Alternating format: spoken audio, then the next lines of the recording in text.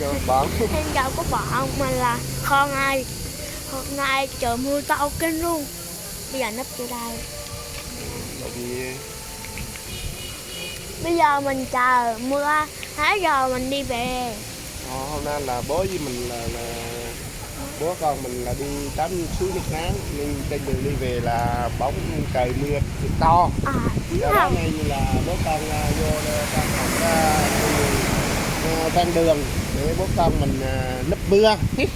Sao cái chỗ lai giống như là chỗ lai có khóa nè. Sao không thấy sống? Nhờ đây nhờ bố quân nuôi nhờ moa. Dưới đây là ô hồ. Bây giờ bố mình không... Ủa, áo mưa rồi à? Đó, có mưa đó. Nhưng mà điều mình không thích, mình dân chơi mà. Mình dân chơi mình đâu có sợ mưa đâu.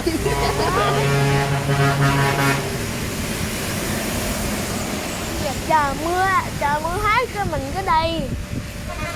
Bây giờ mưa to quá sao đây giờ? Đúng không? Đúng rồi. Đúng rồi.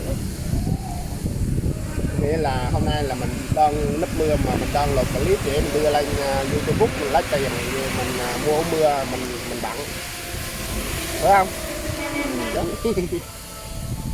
Mưa đơn nhẹ rồi. Rồi sắp chuẩn mưa rồi các bạn ơi.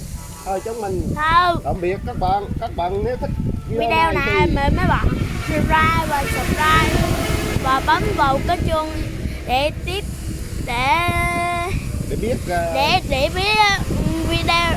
video mới nha các bạn. Bye bye. Bye bye.